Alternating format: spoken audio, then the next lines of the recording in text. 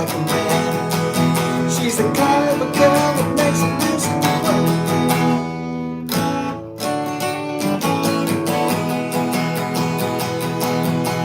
It's like, she's the kind of a girl that makes the news of the. Have you seen Party?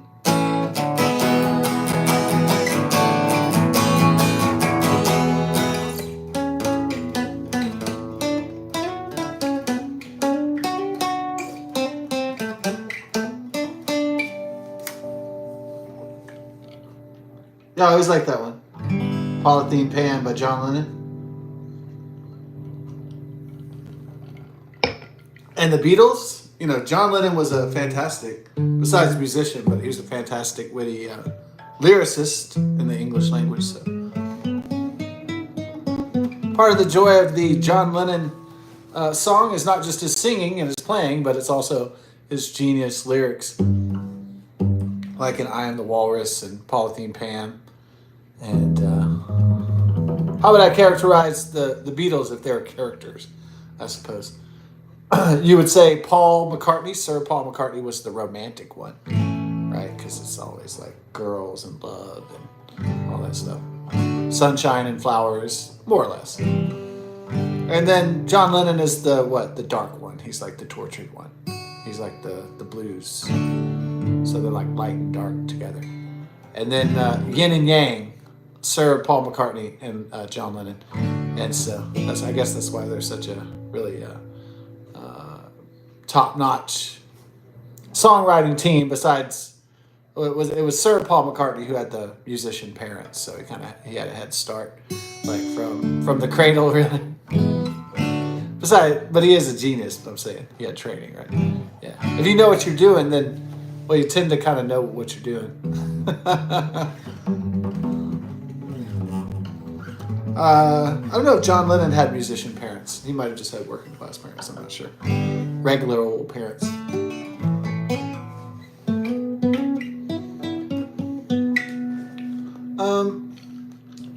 George Harrison is like the mystical. He's the spiritual one. Right?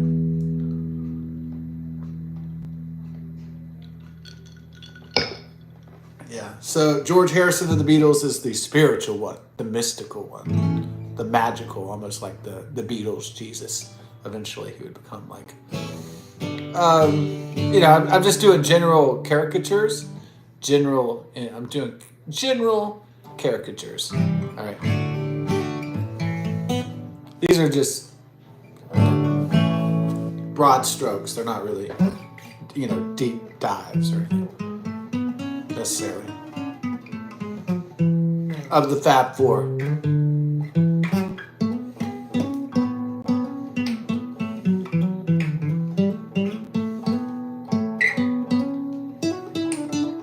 So Ringo Starr, Richard Starkey is loyalty. He's heart, right? He's like the glue, that keeps these forces of spirit. Heart keeps spirit, and the darkness and the light heart keeps it all together. And so that's the Fab Four. In a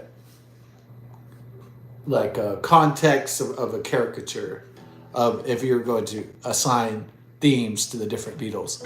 And based on all their music, solo career, interviews, most of the things that we can see, but not much what the fans and what the public, what the world can see underneath, can try to deduce that just from what we've seen, who they are in public. We don't know if that really holds true. And I doubt that the Beatles individually are playing characters and then they go home and they take off their mask. I really doubt that. So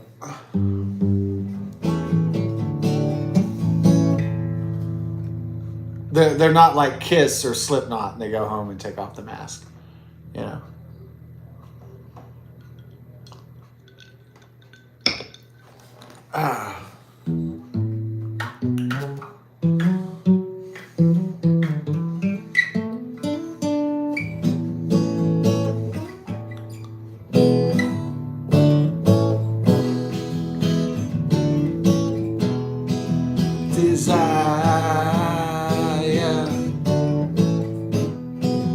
Desire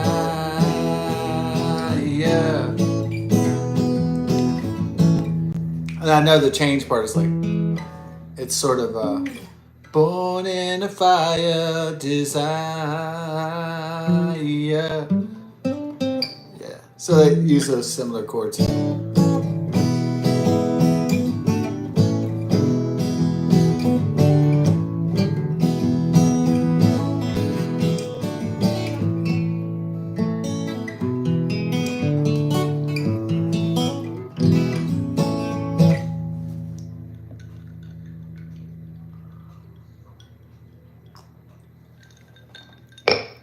So when I was in like first grade or something, or was I still in kindergarten? I think it was first grade, maybe. I had a stepsister. Her name was Tara. You know, like Tara. For some reason, I didn't know how to spell it, so I just called her Pam because that was easy for me to spell at the time. Maybe it was kindergarten because that was like. In first grade, you start reading. Yeah, you start reading in first grade. And in kindergarten, you just like learned your alphabet, I believe. At least back in my day, that's what they would do. It would be kindergarten, that would be the alphabet, and then first grade. You start to read put the alphabet into the sentences and the grammatical syntax and start to practice what it is like to be literate and to converse with other human beings in the English language. I was always quick at reading in elementary school, and then when I would read my passage, I was like really passionate about it, and it was like, yeah. And then there would always be some girl for some reason that she Peter with a store, and I'd be like, oh my God, because the teacher would make all the kids, read the passages, and it might have not just been a girl. I remember girls doing that a lot, like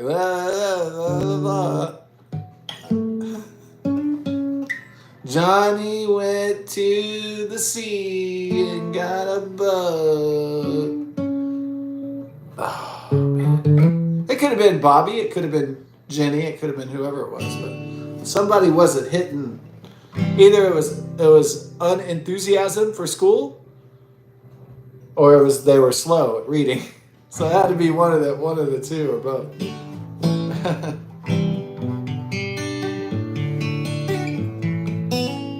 I guess some kids were slow at reading. Let's be honest.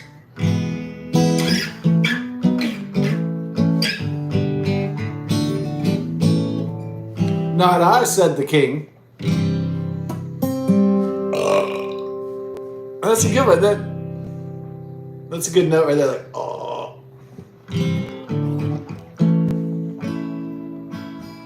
Yeah, my stepdad said, oh my God, I didn't know there was a Jurassic World Dominion. And he was like, I missed it.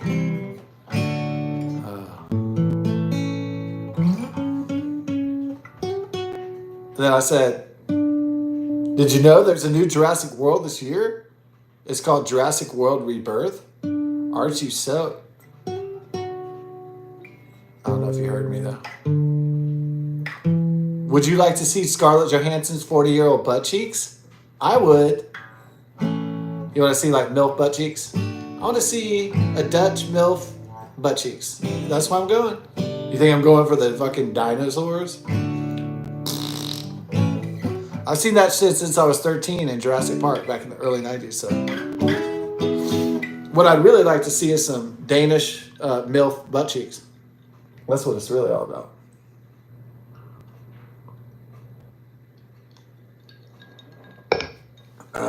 No, I stopped stalking Scarlett long ago, so I wouldn't go to jail.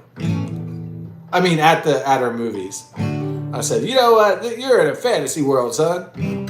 When I had to give up ScarJo.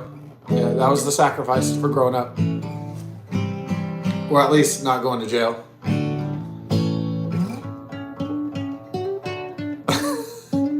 The sacrifice for growing up was letting go of Scarlett Johansson, letting go of those butt cheeks, letting it go, and just Just moving on. Yeah. But you see her butt cheeks?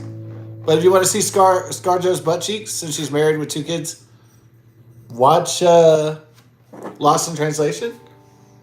Yeah. And she shows her butt cheeks.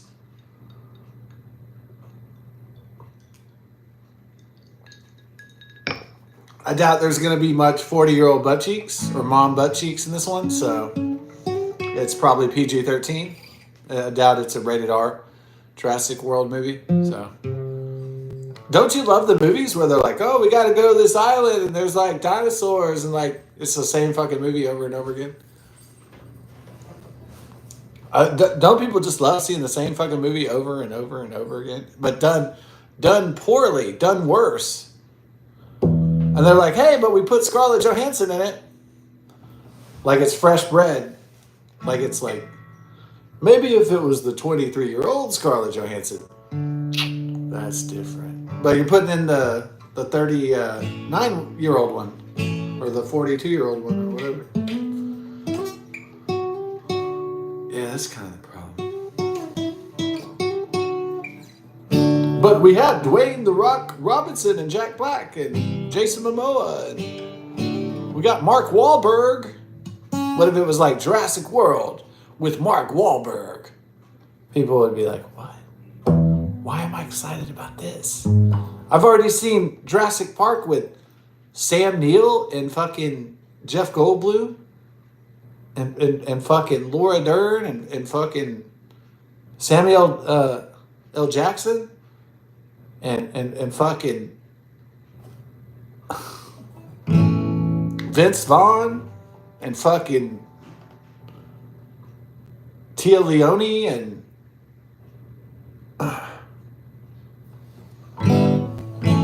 I've already seen Bryce Dallas Howard and fucking Chris Pratt.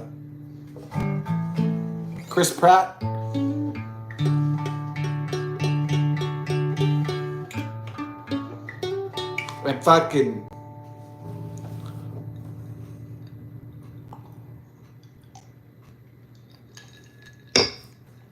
and Ariana Richards. Whoa. And Sir Richard Attenborough.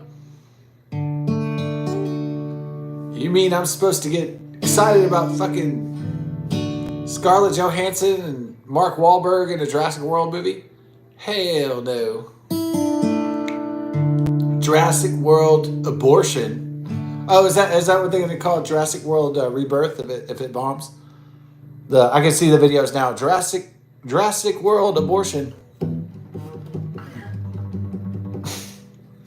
If it bombs critically and financially by Universal Studios, I'm gonna put the video review.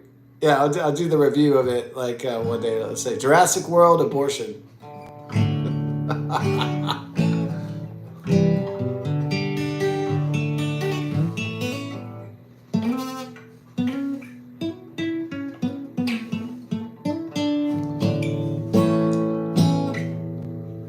Maybe the director will say, maybe. Do you think the guys out there, the male demographic, like puberty, 13 to 60, you think we can get them with a little ScarJo booty shot? Like, yeah, let's try that. Like in the dense jungle of the island, and then she's in the adventure shorts and shit. And I'm like, okay, one little scene, dude. And the audience is like, what the fuck? Why is there a close-up on her butt cheeks? And then they'll go, oh, yeah. Oh, okay, I get it. And is her butt looking good? Is her butt looking tight after 2 kids? Or the butt? It might still be booty fine. You know, they might work out. The moms might work out before the movie starts. So. The butt might be looking top. So yeah, it could be still. It might not be, plumpalicious like 22 in Lost in Translation, but it might be Might be lost in menopause, booty. You never know. Lost in menopause? No, lost in menstruation. Ooh. Lost in menstruation. Jurassic World, Rebirth. What is it about? I know it has Scarlett Johansson, as we've already established, is in it. And she probably wears adventure shorts. And maybe a tank top. Braless. Go. Maybe with a bra, because she's married, so. Hey, Scarlett, would you like to go braless? And she's like, I'm married. Okay. You remember the no nudity clause and no nipping. You know, I don't do that anymore. That was back in my youth. They're like, okay. Shit.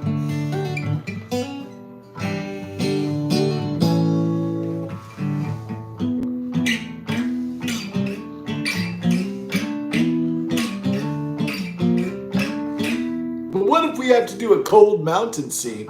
No nipping. I have a no nudity clause. I only do classy pictures now.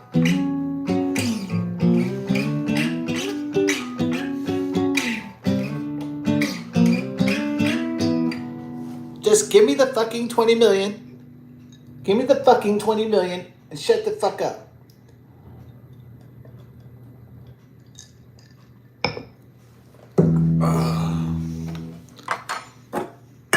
So Jurassic World, Rebirth. What is it about?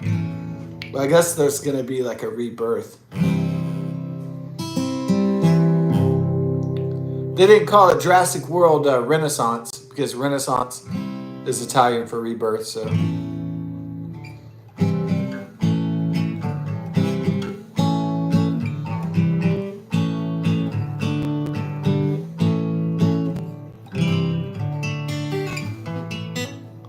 Italian for rebirth.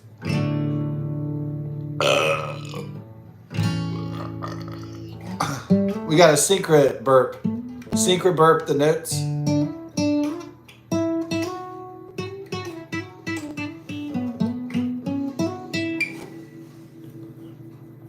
Get the burp notes to go with the musical notes. And you have the synchro burp.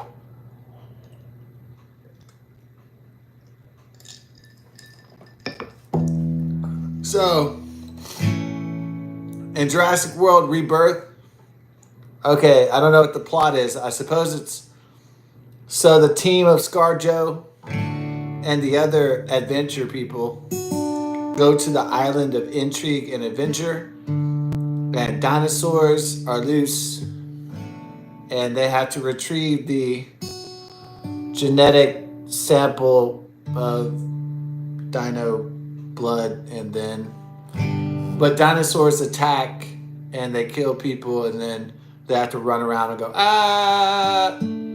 and then they escape, and then they get saved by the authorities, and then it's the end. Thanks for giving us money for 30 years of the same fucking bullshit. Thank you for spending $20. You can't even afford your rent. Yeah. And you'll never have grandchildren or have a home. Thanks for making Hollywood executives rich as fuck. Thanks, peasant slaves. Oh, beautiful. Oh, Universal Studios.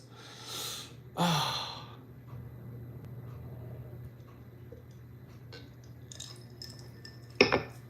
The sad part is somebody will go see Jurassic World Rebirth, and they won't pay their rent, and they'll be evicted, and they'll be homeless or something. But I just had to see Jurassic World Rebirth. I didn't need my lights on. Fuck that. I didn't need health care. Fuck all that. That's for losers.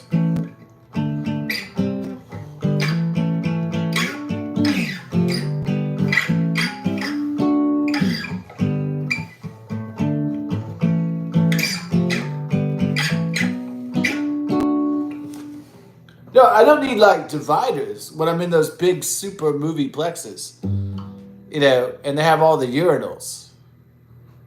Basically the rule is don't be looking at other dudes' dicks, all right, or touching other dudes' dicks for that matter. So when the males go into the urinal after the movie, and there's like these megaplex urinals, the rule is if you have to take a douche, you go to the stall, and you take a shit, you lock it up and drop your deuce, and then if you go into the urinal, then you just go in there and whip it out, and And in the men's restroom, the guys go in there and they're like trying to prove how manly they are. They're like, ah! Or they have prostate problems, or they have cancer. I mean, who knows what it is, but the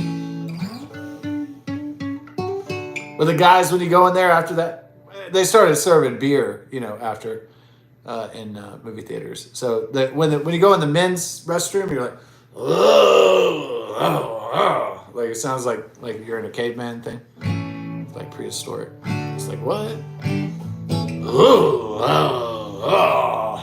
I'm like, what the hell? And then I just drop a whiz, and then I just go to the, I don't look at the dude's dicks, and then I go to the fucking the automated thing, go, and then I get the,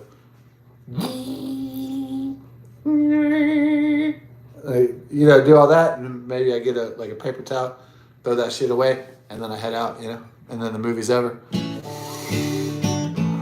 Did I ever take a shit after the movie? I might save the shit for home, because it's easier. It's easy to drain your wizard in the movie theater stalls, but it's like kind of like setting up shop and taking a shit in there is kind of.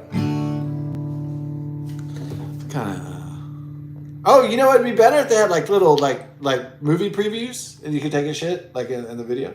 That's a good idea. Imagine, the movie's over, you have to take a shit. Go in there in the men's restroom, and then they should have like a screen of like, and next, while you're taking a shit, previews. A new Star Wars with Mark Wahlberg. Hey, what are you guys doing? I'm Mark Wahlberg. I'm here to save the universe. Hey, I'm from Boston.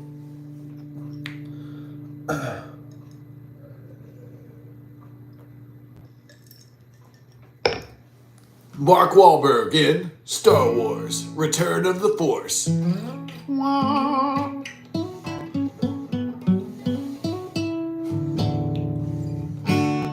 Dwayne Johnson and Marky Mark Wahlberg with Will Smith in the next Star Wars Adventure Saga. And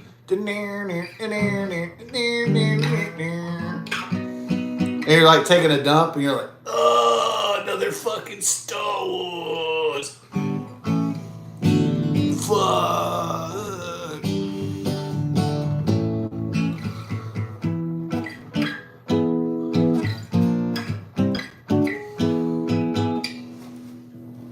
I hope you don't get constipation in there.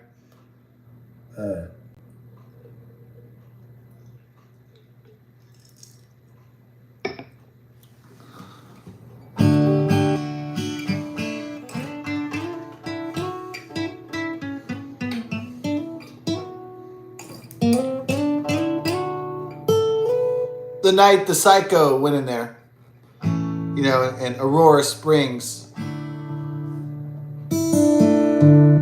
Why is everything like evil called 19? Is that like Satan's favorite number? COVID-19. It was the Colorado 19, right? What's it? Everything. I guess 19 is one of. Everybody thinks Satan's favorite number is 6, but I think it's 19. Except for Steely Dan, Hey 19. That one's exempt because it's so good.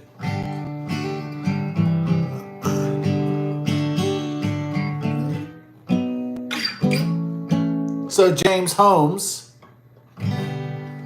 goes into the, is it called the Century 19 in Aurora, Colorado movie theater? And I used to be a guy who would go to midnight movies all the time. Midnight movies Not because, it's salacious or I'm antisocial. I just thought it was fun to go to a midnight movie. Because it's dark and it's night and it's awesome. It's dangerous. It's after hours. It's exciting. It's the night, but it's morning technically. What an adventure. You know what I mean? So it's night, but it's also morning. What a fucking vibe. How exciting. My God. So then, in the year 2012, I went to, Batman, The Dark Knight Rises by Christopher Nolan. Yeah. The first time in Washington, D.C., I saw the Christopher Nolan film back in 2001. The first one I saw was Memento when I worked at the Mazza Gallery in Washington, D.C., a movie theater, a small movie theater, like in a shopping center in Washington, D.C. area. And I said, man, I think that guy's going places, If you watch Memento by Christopher Nolan, you might think to yourself, man, I think that guy's going places. Yeah. So I'm all hyped to finish out the Batman, The Dark Knight trilogy by Christopher Nolan. I'm a fan. I don't like everything. Sometimes I think it's...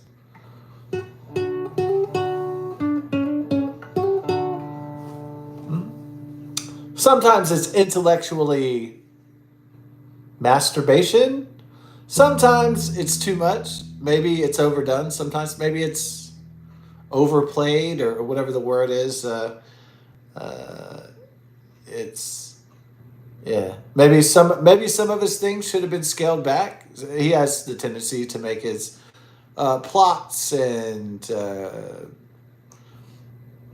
his plots sometimes are too. Yeah, the word for it is convoluted. It's too intellectually. There's too many twists and turns, and there's so much. It's so much interweaving of the different threads, and almost, you really have to pay attention if you're watching a Christopher Nolan movie to know what's going on. It's not that you can go take a piss and then come back and know what's going on. It's not like you can go get yourself some popcorn and some. It's not. You really got to watch the whole thing. You can't really miss any scene, or you might miss a character or a plot point or a twist or something. So that's, Christopher Nolan is the calculus of movie watching, really. Is basically what it is.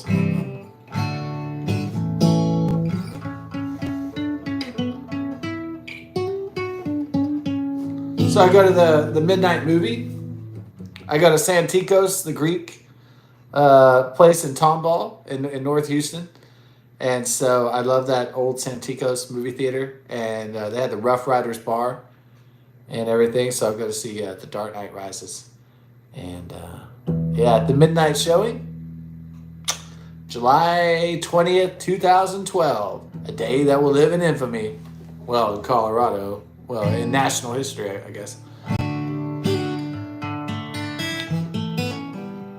So my Dark Knight Rises experience is fine. Not because there's like radical security at this Santikos, this Greek theater that's really busy in Tomball. The most thing I would have to dodge is, teenagers throwing bottles of liquor or something, shenanigans. But for the most part, keep to myself and dodge the bottles of liquor getting smashed in the parking lot. You're pretty good. And just some teenagers, I was like 32 at the time, and the teenagers were throwing bottles of liquor and going, woo, and, acting crazy and shit. It's Texas, it's Texas shit. Woo! Throwing bottles of liquor, smashing. That's the excitement of Texas. Big trucks, big tits, big country hot chicks, and hell yeah. We're in Texas, baby. Woo! It's fucking badass. So I can deal with it. So deal with it my whole fucking life anyway. Same shit, different episode, you know what I mean?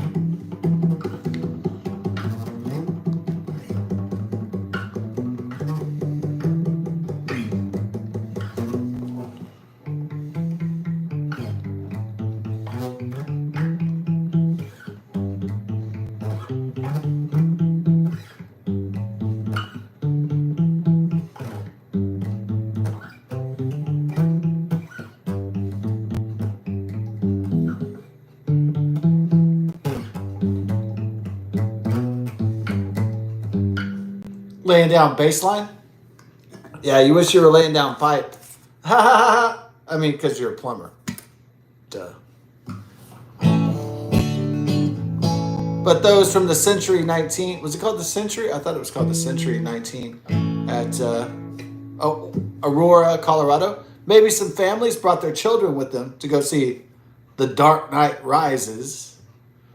I guess it was PG-13, but I don't know. Yeah, I guess it wasn't R because it doesn't show like people's heads getting decapitated and shit, I guess. All right. PG-13 is just, it's got violence, but it's copacetic. It's kosher. It's all right. It's not real gory.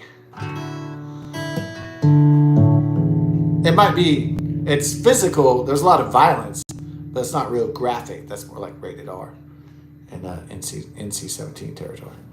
So families felt so at ease to go to the midnight show that they brought their little kitties. Unfortunately, some parents did. They brought their little tots to the affair. So James Holmes, a guy who was in psychology. He was like a psychology major or wannabe. He dropped out of the university. The psychologist was worried about him. And so he dropped his major and dropped out of school. And then he just kind of dropped off the map, 2 to 7 months or something in this psychology major program at the University of Colorado, I guess. And so he just disappears, into his own insane universe because he's having a mental breakdown is what's going on. So the psychologist doesn't inform the police that James Holmes is having a mental breakdown, like he's having a split. So what is that? I can't die. I'm not a clinical psychologist or psychiatrist or anything, but what does that entail? Well, all we know is that he's going off into a fantasy universe, almost like it seems like what I would say, being untrained, seems like it's some sort of schizophrenia. All right, that's undiagnosed, that creeps in. So now he's gone off the deep end and he starts to plan this attack on The Dark Knight Rises for some reason. I don't know what he has against Batman, or he loves Batman, so he's going to use Batman to exact out his dark fantasies, and he starts becoming the Joker from the Batman, and he dyes his hair orange, and then he goes into the cinema. He props open the door because back then it was pretty, the security at movie theaters are pretty lax. Plus, it's a soft target. There's not many people expecting to get attacked at a Batman or a Superman or Minecraft or anything like that. So they don't expect to get attacked at Mario, right? A lot of people don't expect to get attacked at Mario. And you're like going to see Mario. But maybe some people kind of arm up when they go into the Pac-Man. I was like, no, that's You better be packing when you hit that Pac-Man. Better be packing, man. I swear the shit really gets wild. Oh shit, we're in Pac-Man. I think somebody's gonna try to ghost me. Better get on. Psycho coming in. All right, so the guy goes off the wall. You can't. So one of the things about the schizophrenia is the guy can't differentiate between what's going on inside his head and the outside world. So that's the break. So that's why it's called schizo, the split. It's called the break. The reason why they call it because the person has lost all connection to reality. They can't see the forest from the trees and the hive from the bees. Everything's distorted. So he goes off into his own world. He sets booby traps. He's able to build bombs that thankfully don't go off in his apartment complex. His friends and family members lose contact with him. And then he sets forth on his evil plan to booby trap the apartments for authorities and to attack as the Joker, July 20th, 2012. Century 19's Aurora, Colorado movie theater. The midnight showing of The Dark Knight Rises by Christopher Nolan trilogy, the Batman trilogy in particular. Now, he doesn't put on clown makeup and lipstick, but he does dye his hair bright orange to try to, and so he goes in there and he opens fire with multiple weapons, and he puts smoke, flash, bang, grenade things. And at the midnight showing, the people are obviously horrified. Maybe they even think, because Batman is like kind of violent, there's a lot of smoke and stuff, maybe they think it's part of the show, maybe they think it's part of the promotion. And then he starts shooting everybody, and they realize, uh-oh, this is not part of the show. Yeah. We're dying. And so he starts blasting and blasting. How many people does he kill? Probably, this is on the order of 20 or something like that. This is a really high number. So he kills a lot and he injures a lot. And some of these, unfortunately, are children that are allowed to go to this thing at midnight. Now, when I was a little kid, back in the 1980s, now my dad made me go to sleep at 8 o'clock. And so I didn't always like that, actually, but I had no choice. So, yeah. My stepdad was like, okay, 8 o'clock, go to bed. And then, but overall it helped, having that much sleep, because I had to catch the bus. I was out in the country, so I had to wake up at like, fucking 6:30. I'm already tired anyway for a long day at school and playing. And I hit it like after school's over at 2:30, and I get home at 3 or something. Then I go play with my friends. Like I play my ass off. And so by the time it was 8, I was fucking, I'm fucking done anyway. So Monday through Friday at least. I think the 8 p.m. Sleep time was not on Friday and Saturday, so I was able to stay up at least to like midnight. I want to say my family, they let us kids stay up as late as we fucking wanted to, pretty much on Friday and Saturdays. So the only time we had bedtime was for school. So it was, kind of equitable and reasonable, honestly.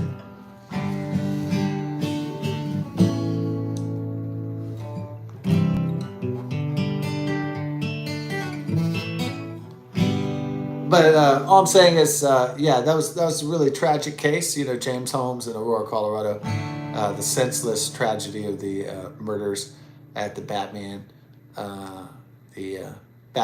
Dark Knight trilogy of The Dark Knight Rises in July 20th, 2012. So I wake up on July 21st, and then I flip on the news, and I'm like, oh my God, I can't. I look on the internet. Check the news websites. I'm like, holy shit. But then you also pinch yourself. You also say, well, that wasn't me.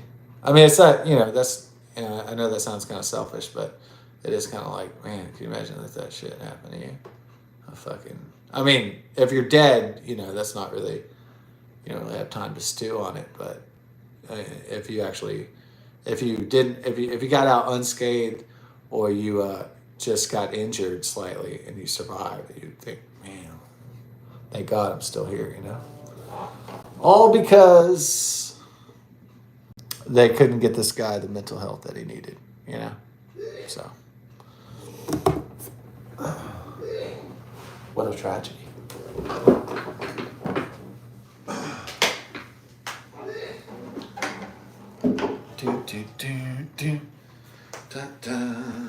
All right. We're about to ride out, Dawn.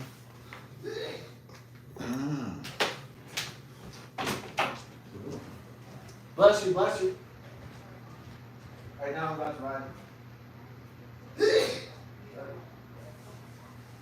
I'll be right back. Bless you, bless you. What's up? Oh, yeah. It's all good.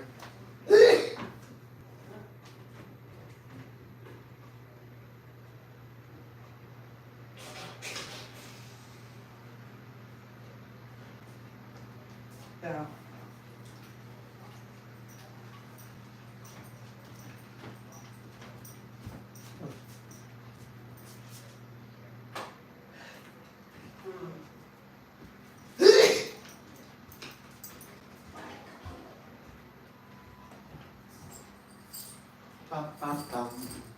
Okay, I'll be back. Oh.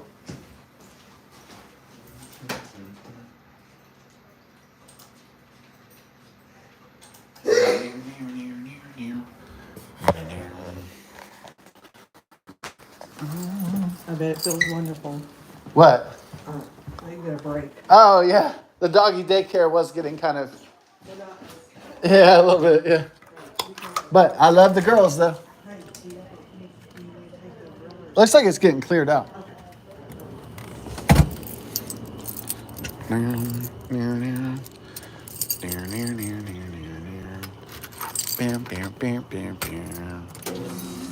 Ah, that sweet sound of AC. Air conditioning.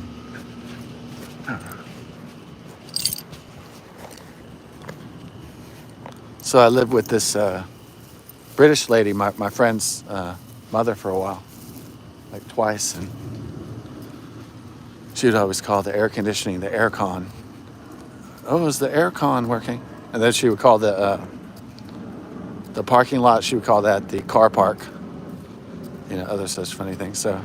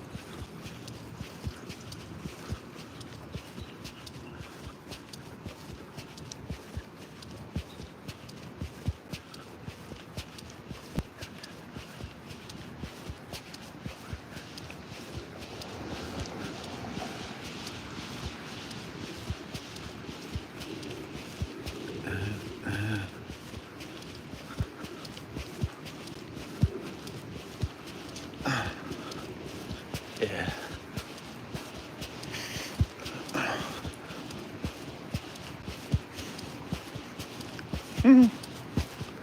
All right. Heading to the neon jungle, dog. Hell yeah. Always. Give it up for the white Jeep in the night with the night creep, dog. White Jeep with the night creep. That's what I'm saying. I love that. No, I don't give a shit. That's the funny part, dog. Like, we're trying to run to the quickie store like it's the most important place. Well, they had beer there, though. Yeah, that's true. So they used to, how did they build the pyramids? Was it aliens? They paid, the Egyptian pharaohs, they paid the slaves with beer. That's a true story, though. So they're not really the ancient pyramids, they're really the ancient pyramids. Y'all feel it? Yeah, you can get paid with beer. The only thing, though, it's not a solid investment unless it's safer to drink beer than water. So, I mean, unless it's like keeping you alive, then that's okay. But most of the time, it just makes you drunk and you don't have an investment.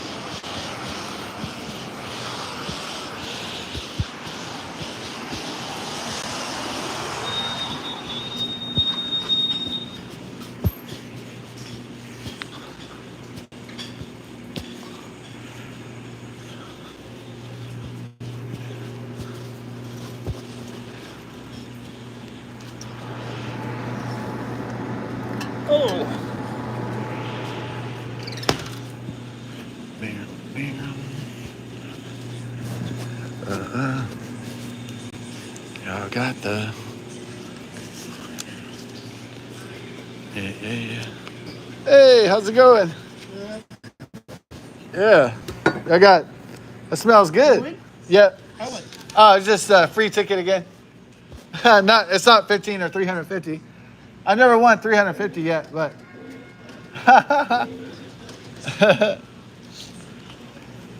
that's a little bit more impossible to do because of the odds and everything.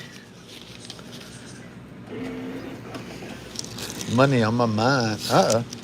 Just naked. Kush.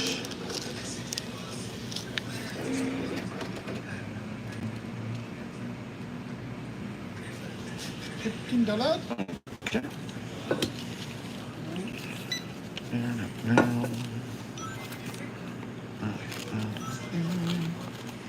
$15.89. All right.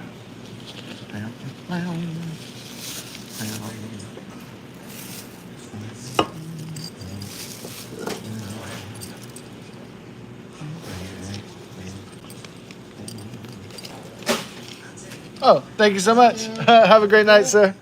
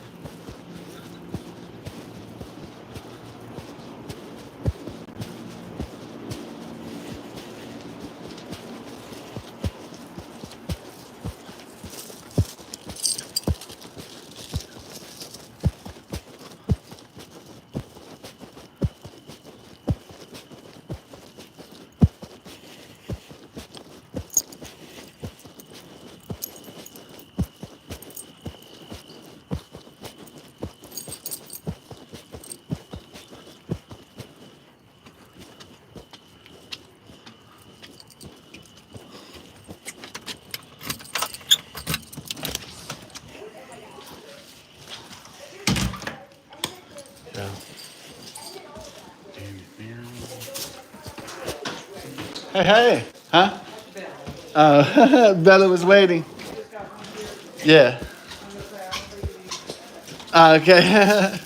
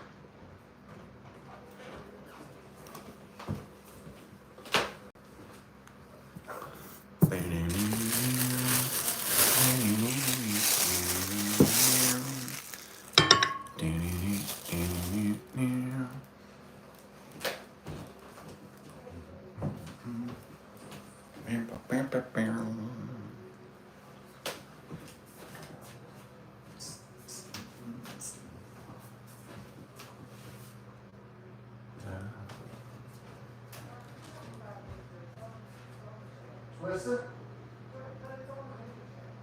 Twister? Oh, yeah. Right, right? Oh, yeah, yeah, yeah. Oh, I know where it is. I know where it is.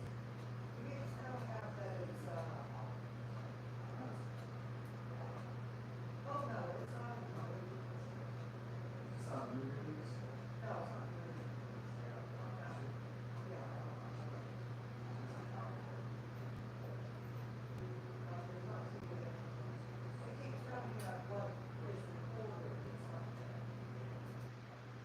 Oh, I'm just gonna record this up.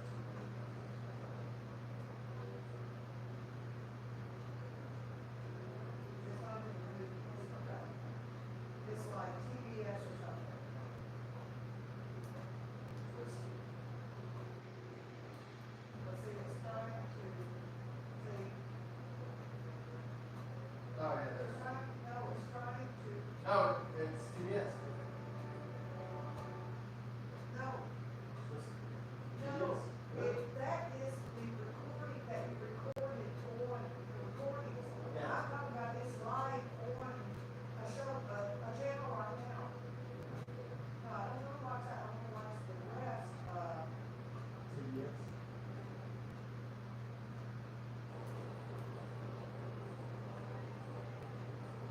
I don't know where it's at.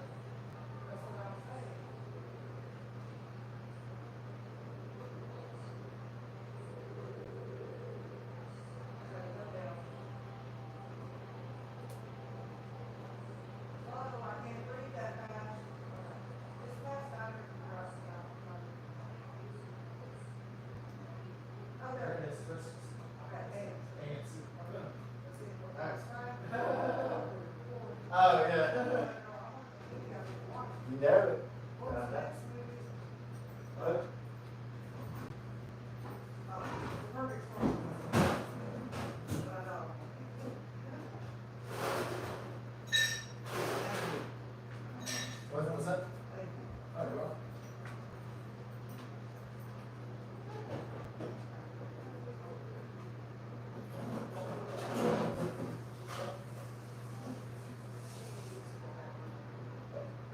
Oh, Bella? Oh, yeah. She was going too loud.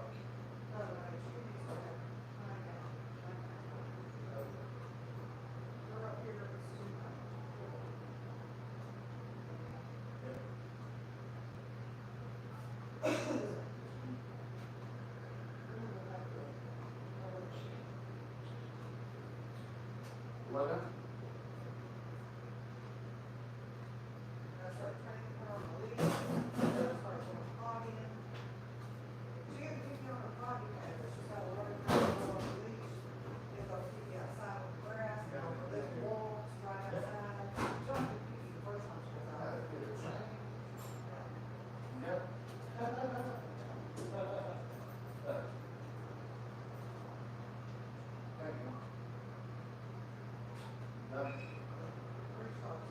Yeah, that's you're right. Thanks, son. You're the best. Oh, right. You're right. Thank you.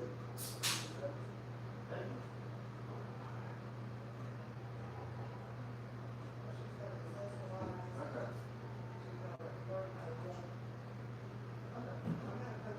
On the outside?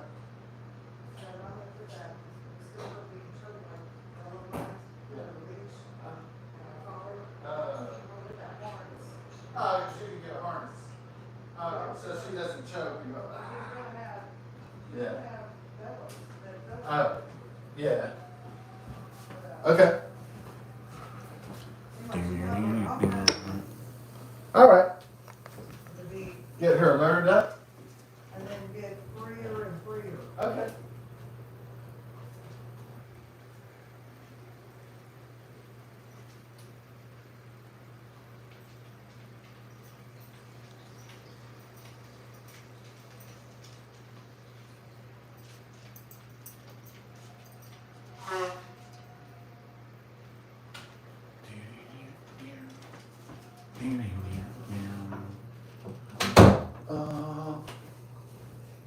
Oh, oh, yeah. Can't knock out my shit. Storms can't knock out my shit.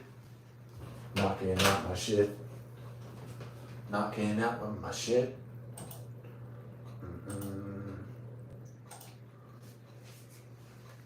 Don't knock out my shit. Got the fizzler. I'm like the Rizzler. Always handle my bizzlers. Give me a pack of Twizzlers. I was at Astroworld with the Ultra Twister. Used to listen to Twisted Sister. It's a good one.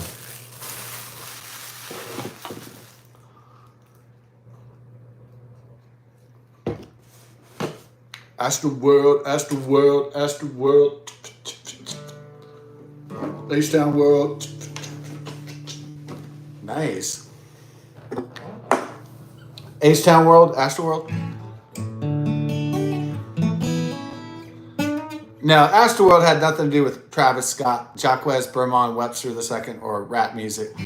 Yeah. Astroworld was a theme park in Houston, Texas. It was an experience for people growing up in the 1960s, 1970s, 1980s, like me, 1990s, until it all went to hell in a handbasket.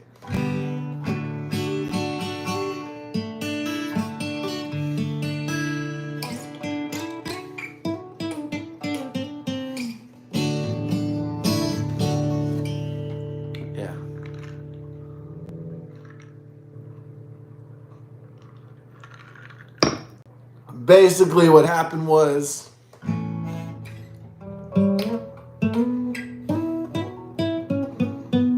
the 1960s, a man named Hawthines, he owned, did he own the Houston Oilers? But he helped create the Astrodome, what was then the first air-conditioned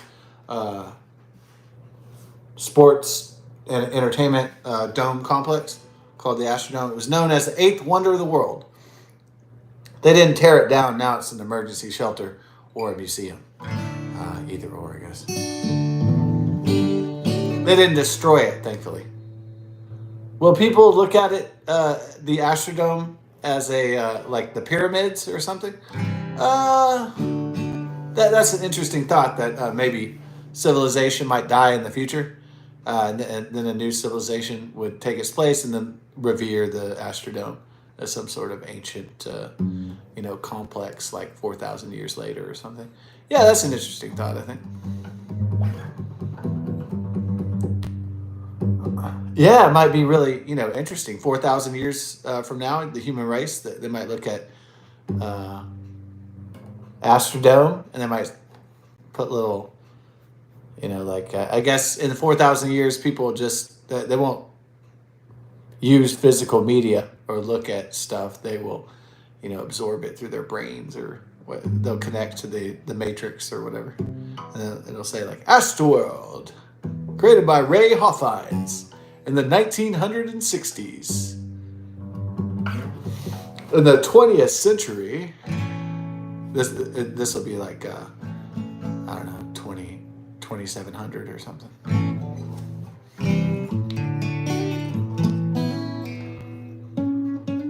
Human beings in this place called America like to play this game called baseball.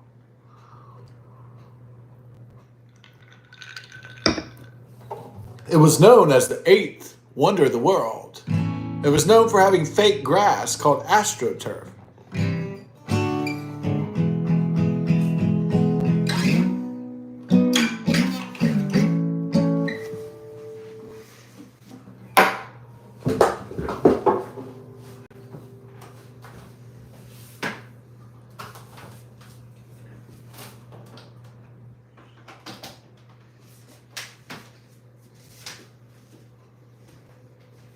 Now, I doubt in their historical recollections of this ancient temple called Astrodome, will they mention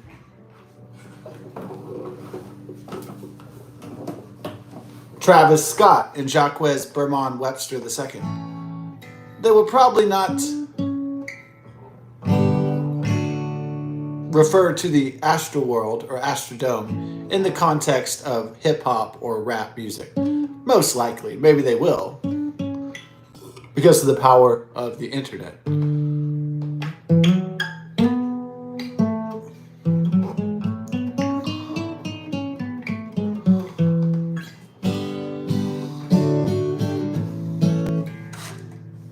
Yeah. So, I guess the problem with having information that can be remembered throughout decades, days, months, years, decades, centuries.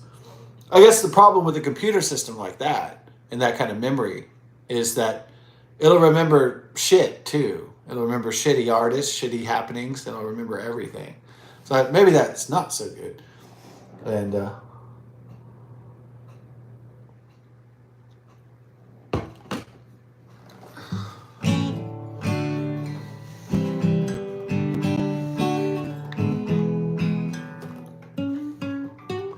so sometimes having a photographic eidetic memory like me is really good. It's great, in fact. I can remember all the codes, remember all the shit, remember all the programming or whatever, remember all the shit at work, remember how all the machines work and all the levers and everything works.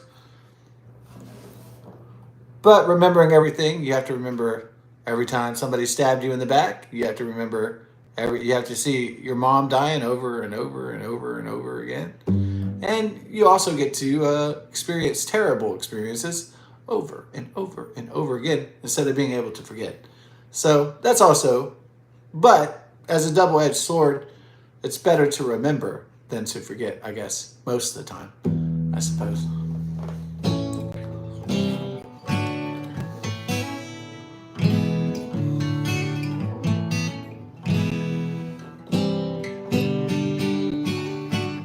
Is it worth remembering all the great memories to, no, wait, is it better to remember all the negative, the dark memories just so you can remember some wonderful, beautiful ones.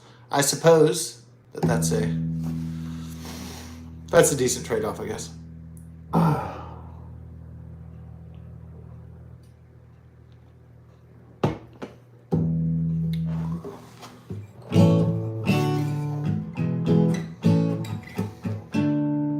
For some dark memories, then you just got to remember all the beautiful things. So, quid pro quo. Quid quo pro. This for that.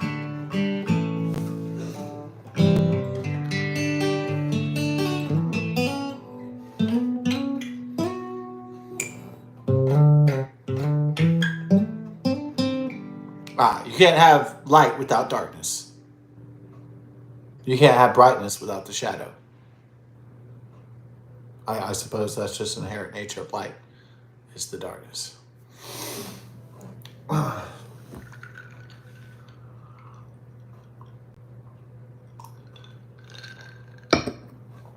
The mountain is gorgeous because it's been through a lot and it's persevered. So it goes higher and higher because of its trials, its struggle throughout time.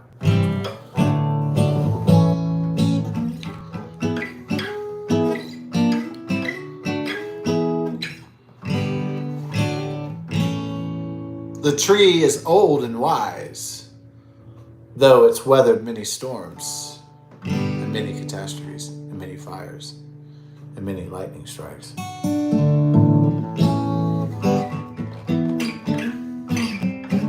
It is resilient. So life survives because it's resilient, not because life ever gave up.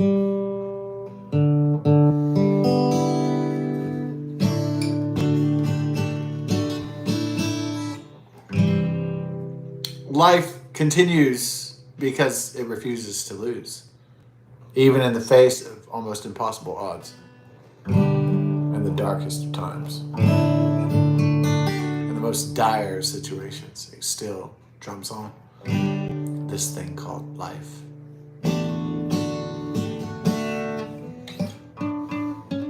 This enigmatic, beautiful, roller coaster ride we call life on this planet Earth.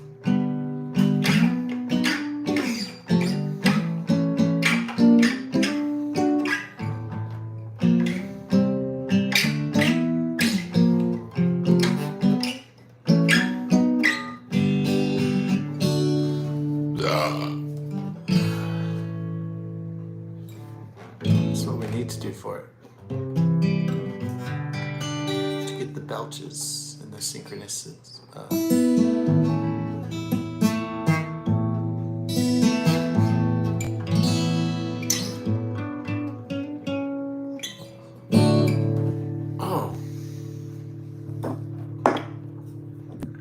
So Astroworld means to me a place of joy and fun and family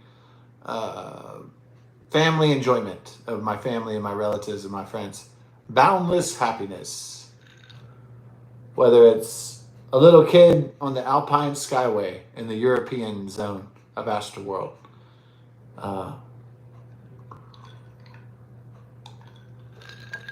The Alpine Skyway or whatever it was called. Yeah. So they wanted to make a European part of Astroworld. So they made these like ski lift things that with cables that ran throughout the park, and that's one of my favorite things was the Alpine Expressway Skyway or whatever. It's one of my favorite. You can see in the pictures when I'm a little kid that I'm overjoyed to be in these Skyway things, into these cable car sky things, these ski lift kind of deals. I'm so happy to be in these transportation pods. I'm beside myself with ecstatic childhood joy. And I love it. Astroworld. But it's also, they have little shops in Astroworld, you know. Like they had the rainbow bread, the white bread. They had the rainbow bread shop. Then me and my mom would go in there. It was so awesome. You get the loaf of white bread. And They also had like a little powdered donut, shop, and I love that. I love it. I know now. There, even when I was young, I knew getting the powdered donut that was bad. I knew it back then. Getting the what do you know what I mean? The powdered donut with the fucking that fried powdered donut. I knew it was awful for you. I knew it was like you're gonna have a heart attack if you ate it. But man, it was so fucking good, dude. I didn't eat it all the time, and that's the saving grace. I mean, if you ate cotton candy and fucking powdered sugar donuts all the time with glaze that's fried and fucking oil, if you ate that shit all the time, you'd have diabetes by age fucking 7 or some shit. But since you just do it once, since you just eat that shit at the amusement park, since you just do it once in a blue moon, not really a big deal. But if you go to Dunkin' Donuts, if you go to Shipley's Donuts, if you go there every day, you eat a dozen, you're gonna get fucking diabetes. There's no cure for diabetes. There's no cure for diabetes. As of yet, as far as we know. Unless they're holding out on us. Yeah. How could the process of life kill itself? Because it likes sugar or it likes being high. It likes fun. It likes excitement. So the very things that we enjoy are the same things that kill us. Fantastic. So what? Are we supposed to live a life without joys? Well, you could, I guess, but it wouldn't be as fun. Now, dying doing what you love would be more exciting than living a life without any fun. So, I'm not saying it's worth it to get diabetes, to eat crappy food, but I guess that would be a problem if there was a cure for diabetes. You know why? Because then people would just fucking eat crap all the time. Yeah. They would like you know what? If there was a cure for diabetes, then the vegetables would go out of business. I mean, imagine it. Like somebody would be like, fuck it, there's a cure for diabetes. They'd be in the fucking candy all the time. You know what I'm saying? So that'd be pretty bad. I mean, it would be good for Dunkin'.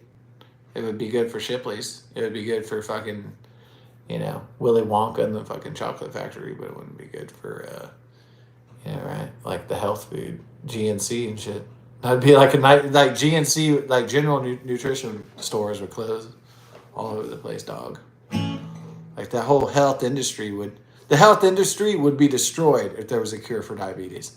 Let's be honest. Nobody would eat fucking broccoli ever fucking again if they could get away with it. It's so fucking nasty tasting. And not only broccoli is fucking nasty tasting, it looks ugly. It's like this bushy fucking shit. And then it fucking stinks like anus and fucking diarrhea. It's like the fucking nastiest fucking vegetable, fucking broccoli. But then doctors and people want us to eat it all the time because it makes us live longer. It's like, fuck that shit. It smells like ass, that fucking broccoli. It smells like fucking anus.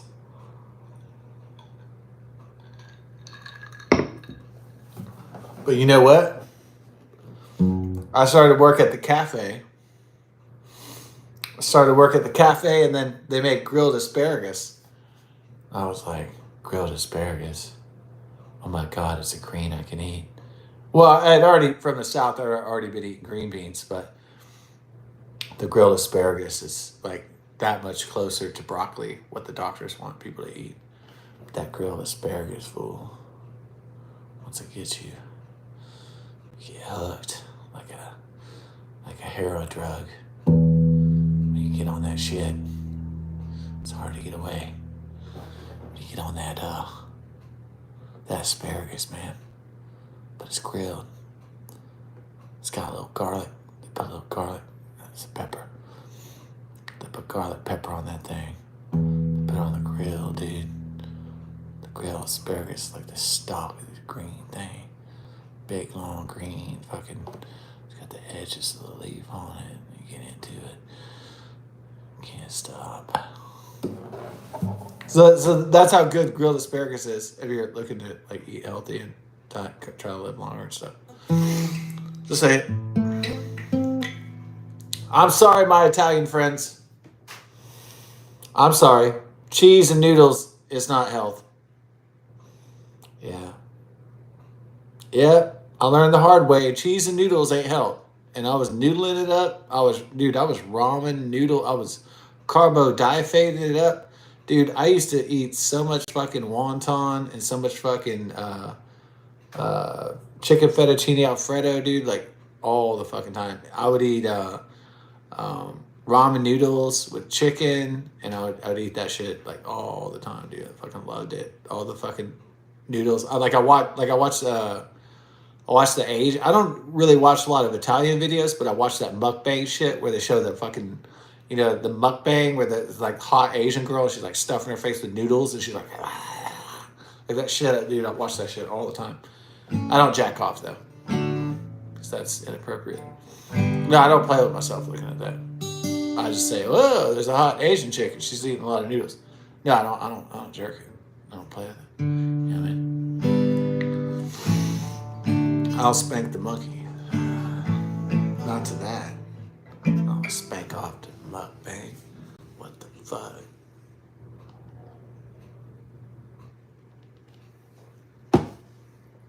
Yeah, but turns out that carbohydrates. When I worked at a pharmacy one time, I was singing at the pun. I said, "Carbodiphate, Atkins Riot," instead of Atkins Diet. So I did carbodiphate. Yeah, that was entertaining to me for some reason. I guess the pun nature of it. Atkins Diet used to be the biggest diet, and then before that, it was like I don't know, Wheel and Meal or some shit. They had all these bad diets, But in the early 2000s, it was Atkins Diet. And before that, it was like Wheel and Meal and all this bullshit.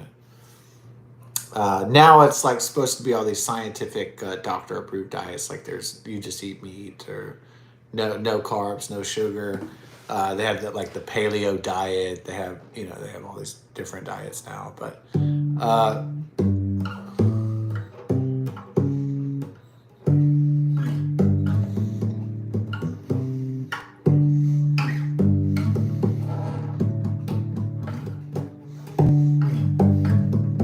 I just felt the vibe from the guitar.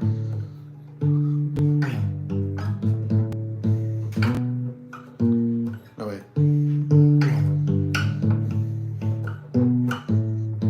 Yeah, when the guitar speaks to you, when it does the melody in your head, you gotta start playing it, because otherwise then the universe would be disrupted.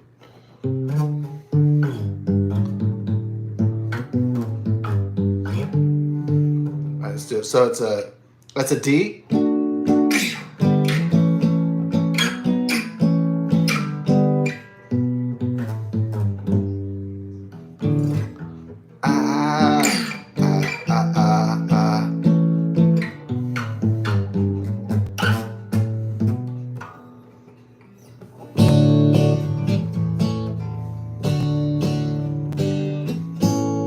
No, it's not that. It's like. Oh yeah, it is that. Anyways.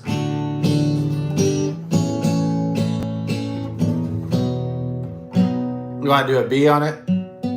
I want to be on it, dog.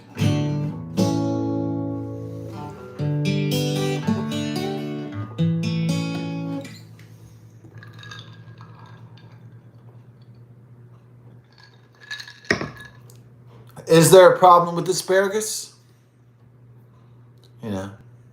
What is the asparagus problem?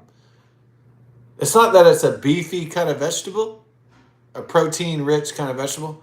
The issue with asparagus is when it's cold, when it's raw, it's kind of nasty.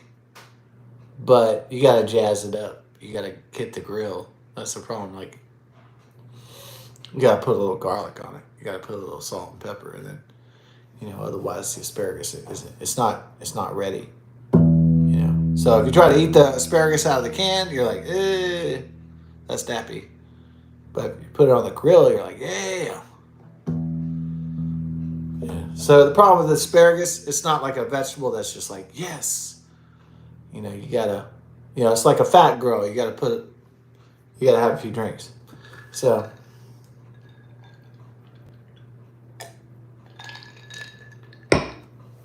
you gotta jazz it up. So, asparagus is my bliss. Only green vegetable I can eat and not throw up.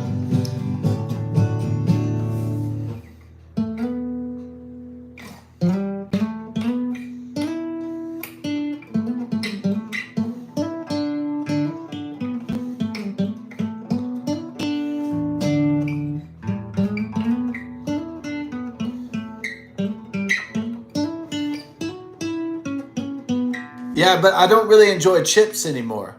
But when I was like 12, I thought, I'm going to enjoy eating Doritos forever. Like when I was like 8 years old, I thought, nacho cheese Doritos. I thought to myself, man, I fucking love this shit. But now I'm kind of like, I do snack out sometimes on chips. But now I'm kind of like, after 40, I'm kind of like, man, the Doritos, not really a lifelong companion, in the culinary sense. So, but when I was 12 playing Donkey Kong, I thought, yeah, I think when I was 8 watching Batman, I thought to myself, you know what? Me and Doritos are going to have a long fucking relationship. But now after 40, I'm like, oh man. But you know what it is? It's like, not like potato chips are fucking dry. You know what I mean? They're not juicy. They're dry. So it's like, I mean, if you grow up in Texas, man, it's like hot and humid all the time. You're dehydrated all the time. So it's like, you're going to eat something fucking dry? Shit's dry. You know what I mean? So the thing about it is, our environment does not really facilitate enjoying dry foods, long term into our middle and elder age. So, yeah. Do I regret leaving Doritos behind? Health wise, it's probably a better decision. I'd say that.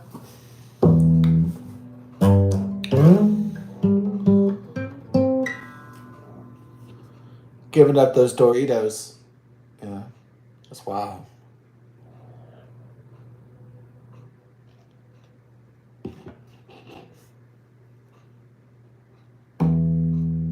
Give up Dorito. Oh. Give up Dorito. So I can have a burrito. Giving up Doritos. So I can have a burrito.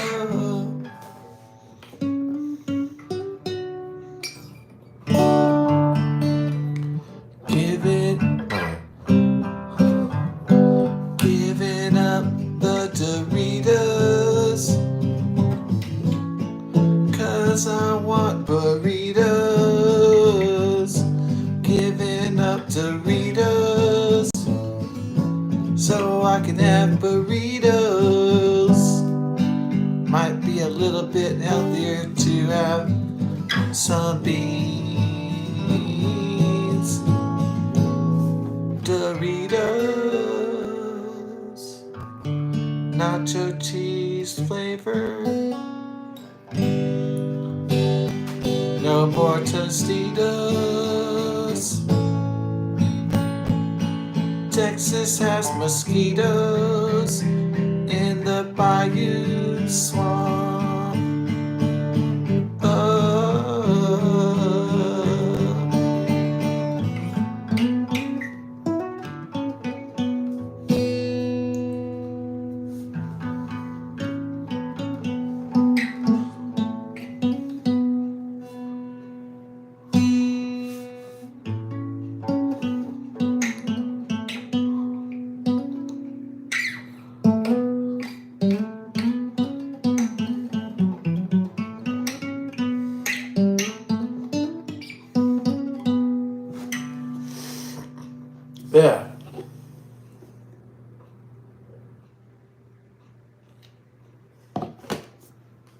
So I guess working at the cafe kind of enlightened my. It wasn't from watching Anthony Bourdain, no reservations or anything. I wish. I started watching that way later. I like to watch all the episodes of Anthony Bourdain, for his tragic suicide. Some people gave up, didn't they? Yeah, it's probably easy to do in this world, giving up. Yeah, it's probably too easy. Yeah, but giving up's pretty easy. Probably the most easiest thing to do. Just say, I give up. Life is too hard. I don't care. I'm going to commit suicide. Yeah, that's easy. That's what they call easy. Yeah. Working through it, now that's hard, but it's more rewarding, ultimately. But unfortunately, a lot of people are opting out, taking the easy way out. Yeah, it's hard. Life has always been hard. It's never been easy. It's never been easy. But people just thought, well, maybe it's going to be easy.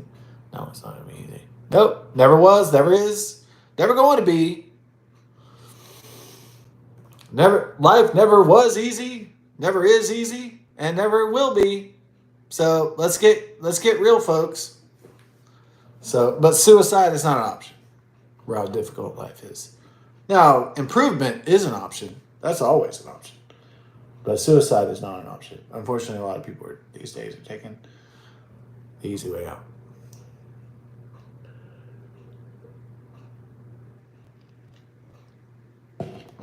Hey, baby, there ain't no easy way out. Tom Petty, Full Moon Fever. Just had its 35th anniversary, something like that. Like Taylor Swift. If Tom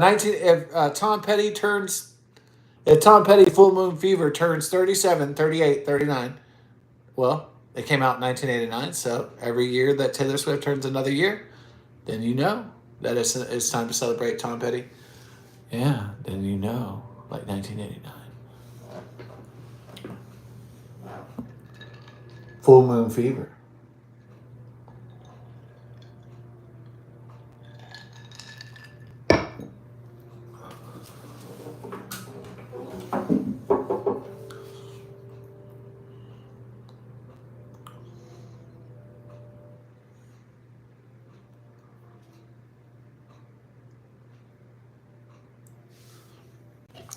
To the beer mobile.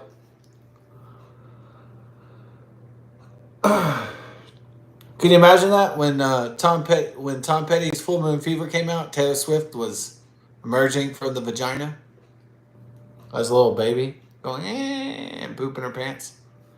Imagine that. Back then in 1989, what a time!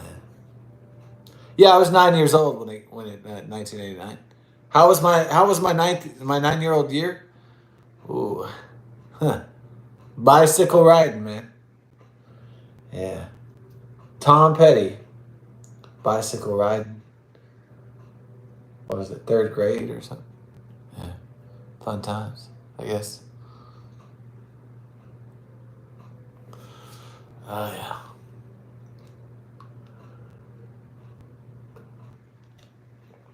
My stepdad dying of cancer. I always remember this.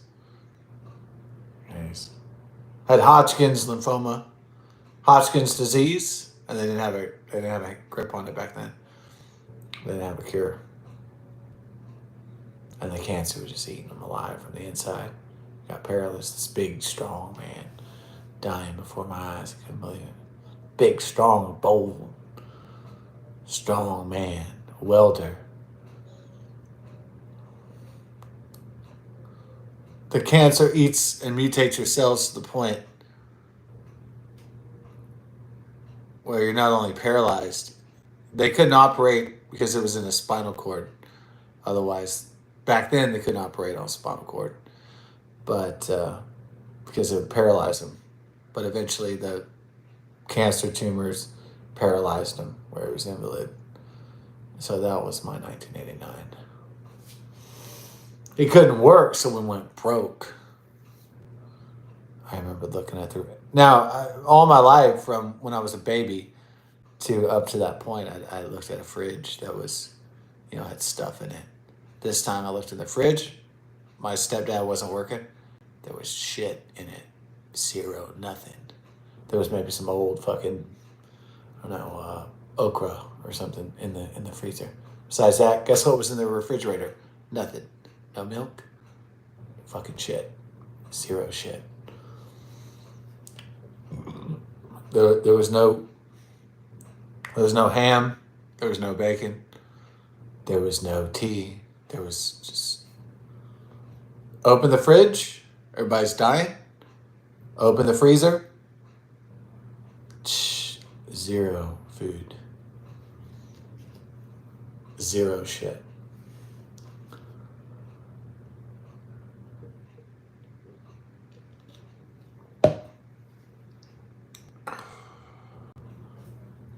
Then the cancer mutates your cells. Not only is he paralyzed, but his face is turning green and white. This ghost death white. It's turning green and white. I'm a 9-year-old boy. I'm watching this. Like, holy God.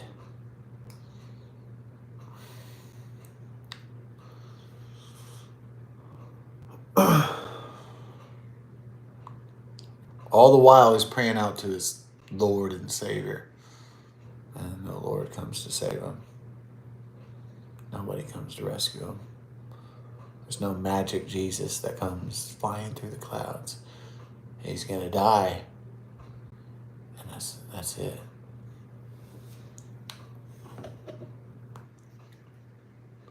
I watched the pale face, the green face of death.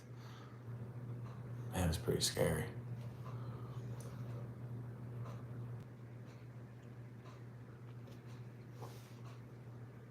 I played baseball though, and during that year, while my stepfather was going through cancer treatments, and when Full Moon Fever by Tom Petty came out, that kind of kept me going.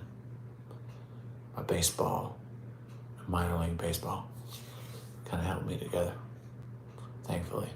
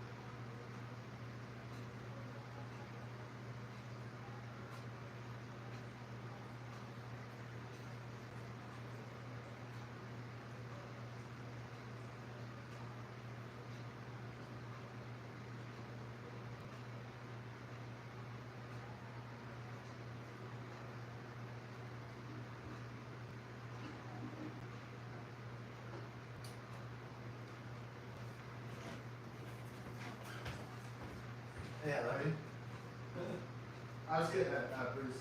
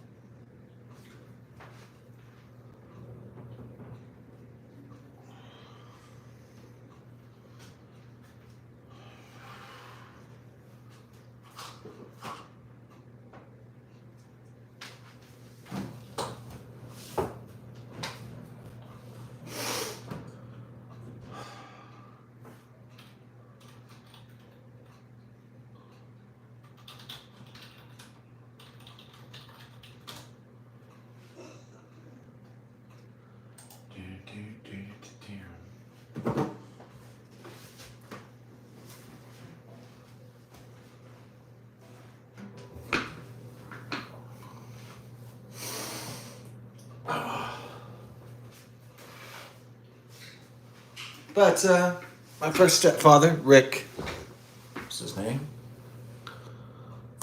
was a big Beatles fan. So.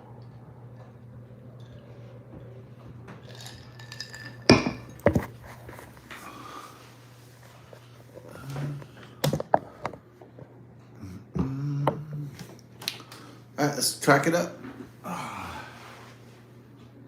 Get the brewski.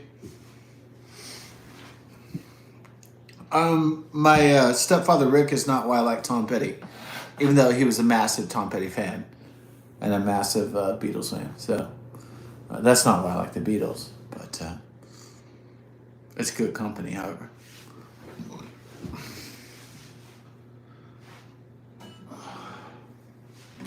I can't judge Rick for taste.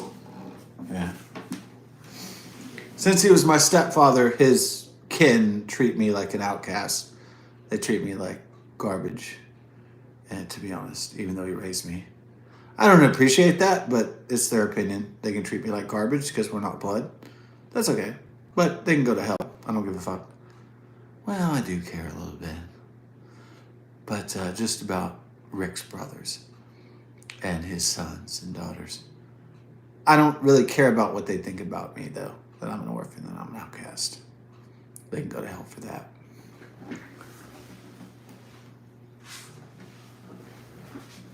They don't have any idea how much we are bonded, me and my stepfather who raised me.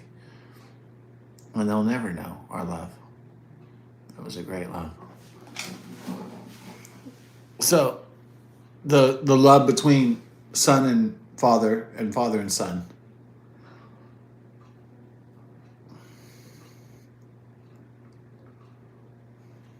It's a love that a lot of people can't imagine.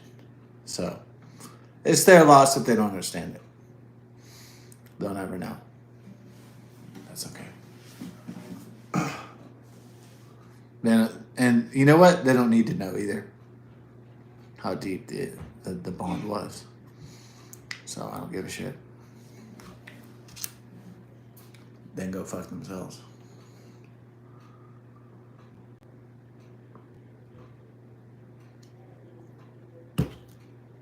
No Capo, Polythene Pan Chords by the Beatles.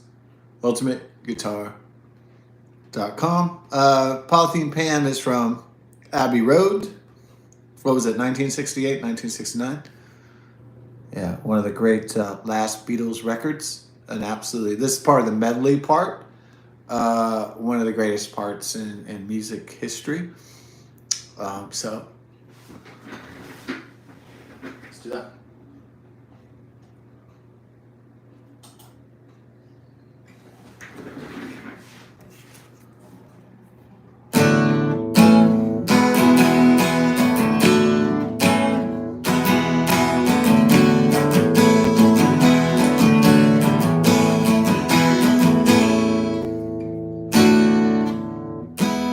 No, it has to be.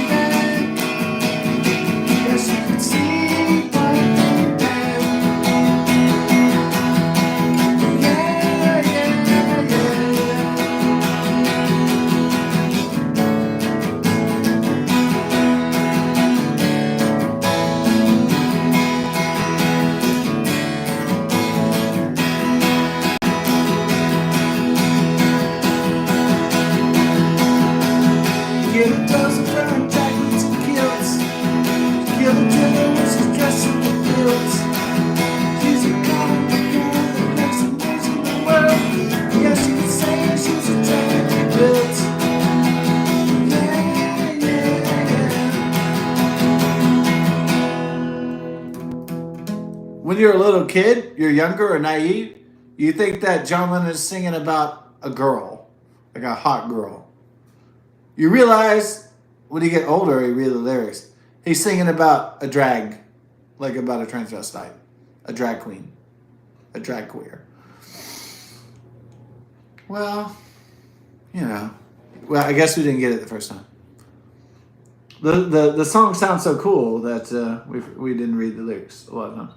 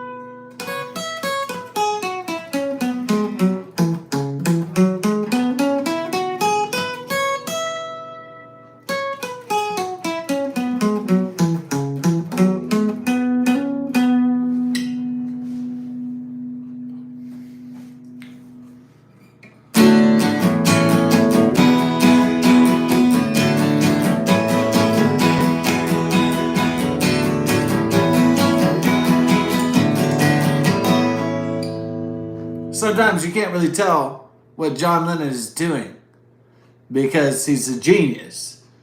A lot of times you can't tell what John Lennon is doing, whether he's being real or satirical, or he's playing or he's trolling.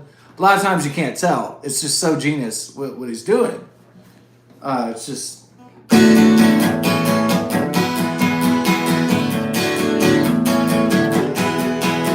You should see my big band. She's so connected, she looks like a man. I see her dad, dressing on the back. You should see my big band. Yeah, yeah.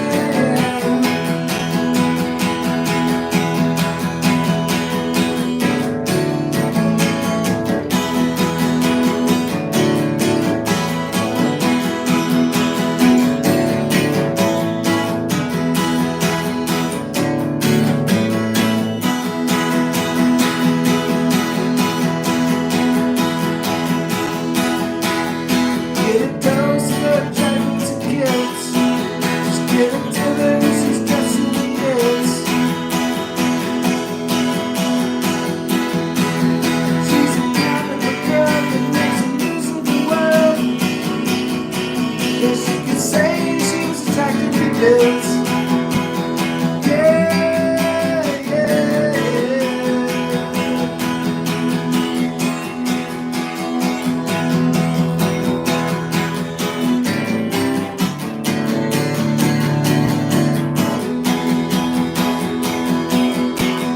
Yeah, yeah, yeah.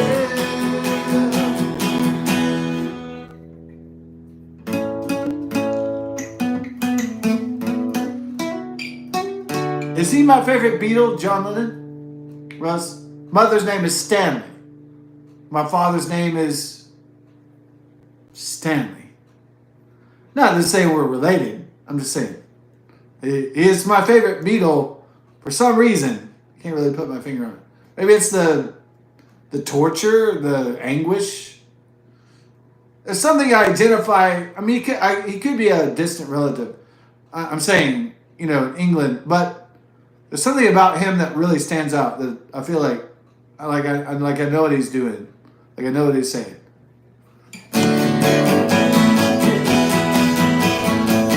Yeah, of course, John Lennon's father is called Lennon, but his mother is called Stanley.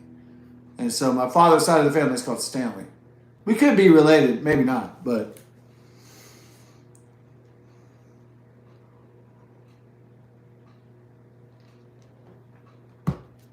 somewhere down the line, maybe we're all related. So obviously, I think.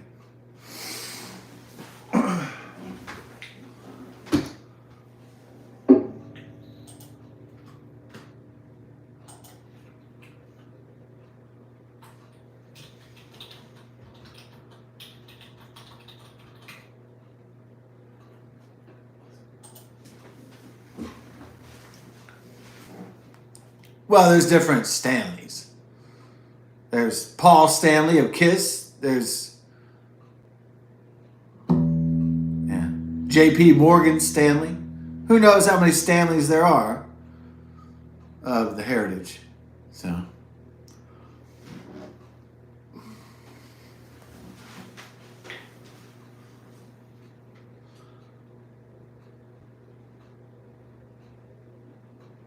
I don't know. It's not really like a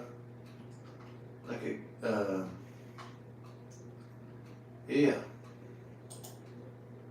I don't like. It's not really like particularly. Dun, dun, dun, dun, dun, dun, dun, dun, dun. Ah. Okay. Doing like version 2 here. Da, da, da, da, da, da, da, da. Okay. No, yeah, we'll just do whatever the script says. We'll just follow the script, I guess. Not like we're really script followers, but not like we're followers or anything.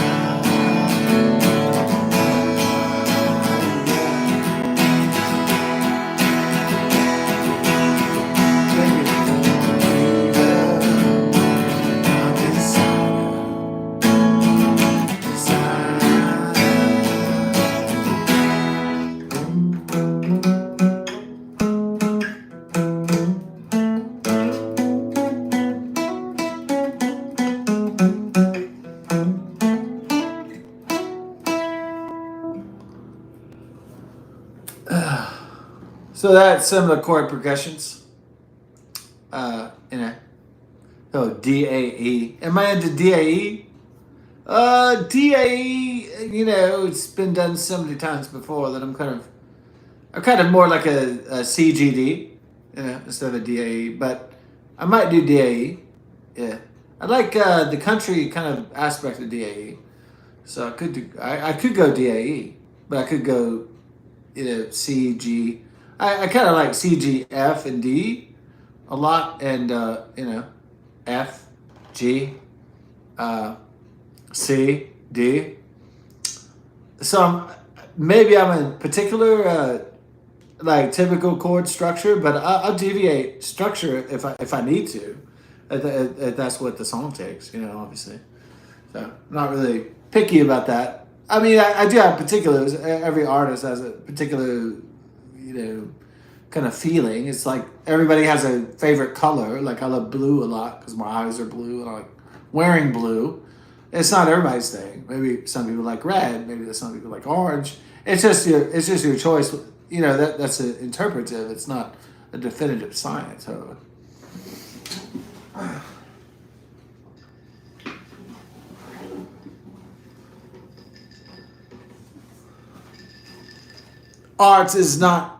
Creativity is not necessarily objective. Sometimes it's not definitive. It's creative. That's why they call it creativity. They don't call creativity definitivity. They'll call it like the ultimate rule or something like that. They call it whatever you want it to be. It's an interpretation. It's subjective.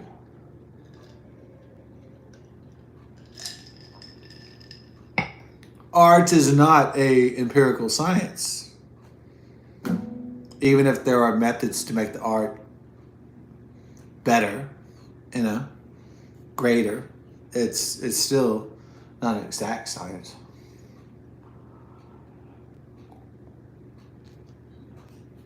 The reason why we like art is because it's flawed, just like us. That's why we like it. If it was perfect, it would get boring. It would get into a pattern. It would get repetitive. Nobody would love it. Nobody would do it. They only like flawed, feeling human beings. That's why people love it.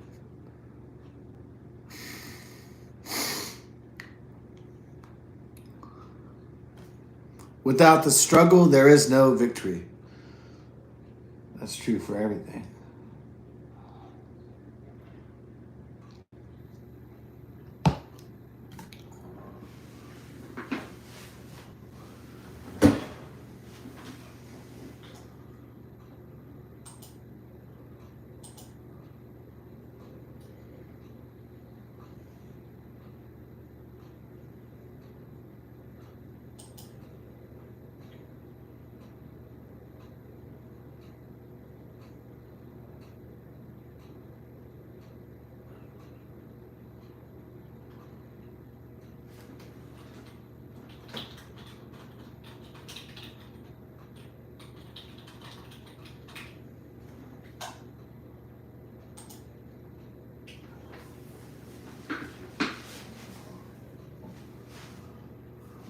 Yeah, I know there's Grand Theft Auto 6 coming out, so we'll do Love is a Long Road from Full Moon Fever, Tom Petty, 1989. We'll do No Capo, Key of E.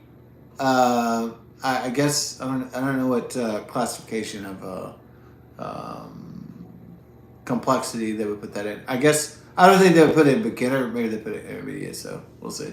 I'm not actually like a jazz guitarist like my mom's cousin. I don't get my records produced by Willie Nelson. I'm a novice, so I'm not in advanced guitar territory. I'm probably in like intermediate or something. So I can do tricks, I can do stuff, but I don't really know. I really always understand what I'm doing. But I understand the shapes and the chords and all that stuff. Some scales, but I'm not to advanced level. So here we go.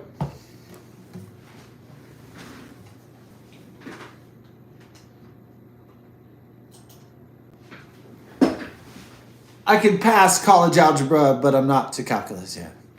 I'm trying.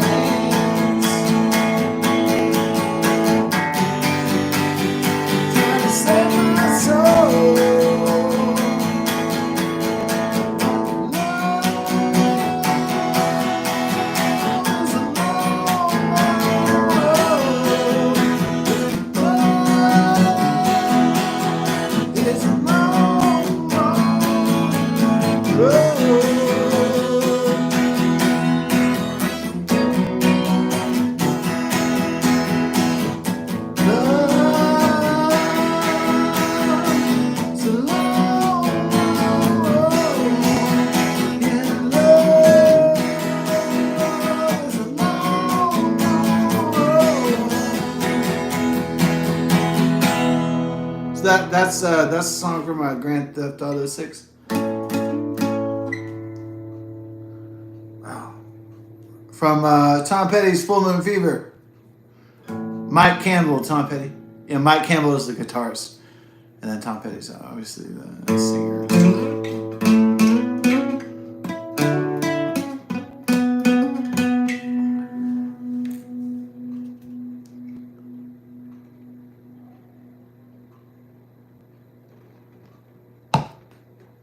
Now, I didn't overdose because my pain's deep. So I didn't want my pain to be numbed. I wanted my pain to be amplified. That's why I never got addicted to pain pills or opioids and stuff. Because I always believe you need to live your pain. It's just a fundamental philosophical way. Yeah, I always believe people need to pay for their sins. They need to pay for the pain.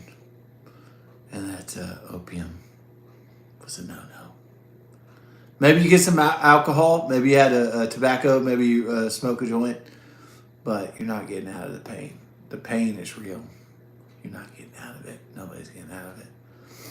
I always thought that people that did heroin and that did opiates, they're trying to escape the reality of the pain. I'm willing to confront my pain. I know it's dark and deep and demonic, but I'm willing to confront my pain. And I'll do it without drugs. I'll do it sober. Not everybody is, you know. Not everybody's willing to confront their demons sober. But my God, the demons are afraid because I am. It's horrible. Yeah, it's rough. It always has been. Never been easy. Life's never been easy, has it? If I talk to a crowd of people, am I going to say, has your life been really easy? No, it hasn't. There's been tragedies. There's been all sorts of shit. So, if you live long enough, you realize life ain't easy. And fucking walk in the park. Right? So, that's okay. As long as you just acknowledge that, you're all good. But, hey, it's when you don't, then that's when the demons come alive. No,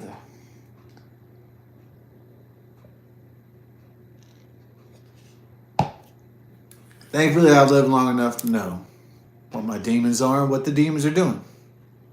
I can see them unmasked. I'm still worried about demons, but not as much because I feel a sense of peace. Now, I feel peace in my heart and my soul now more than ever. So I'm okay. I know there's a lot of work to do on this world and in my life before I die, but I feel really good. We've been through hell and back, folks. And the only way to go back, the only way to get back things is to get back to heaven, to get back to God. That's the only way we can save this nation, save this world. It's the only thing we can do. So, it's not impossible, though.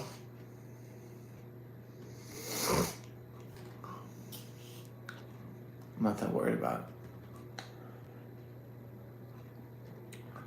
Is there anything I'm worried about?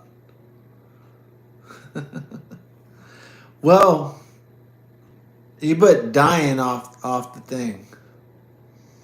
I know it used to be everybody alive used to say, oh, dying is the worst thing. No, it's not. No, it's fucking not. Look at Pol Pot.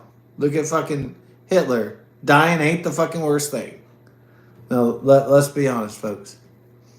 Dying ain't the worst motherfucking thing to happen to somebody on this planet. You know, what's the worst thing? To watch your soul die. That's the worst thing. To not believe. You know what? The worst thing is to not let your spirit fly. Now that's the worst fucking thing. You know what the worst prison is? The worst demons are.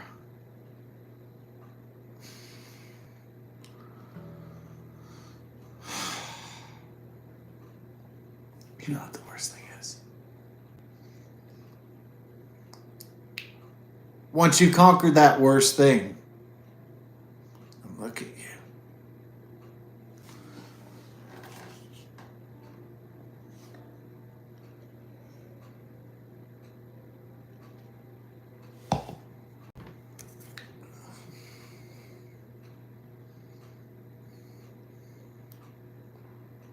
Well,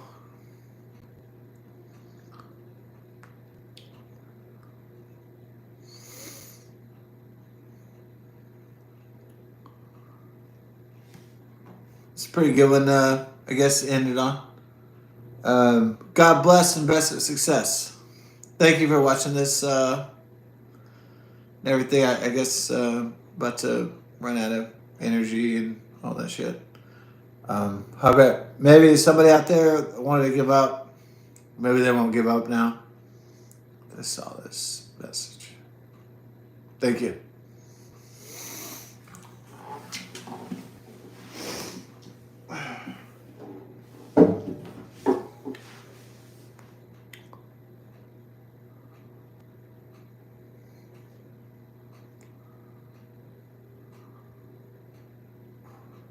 So.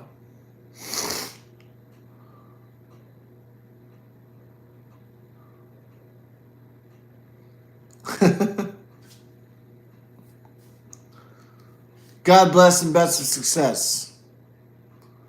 The traitors of the world, the Judas Iscariots, they want us in fear. They want us impaled on pikes like the Romans that impaled Christ. But we, warriors of God, will not accept this as our fate. God bless in Jesus Christ's name. Our eternal and immortal Savior from all eternity, Jesus Christ. In his name, amen. And even if that is not true,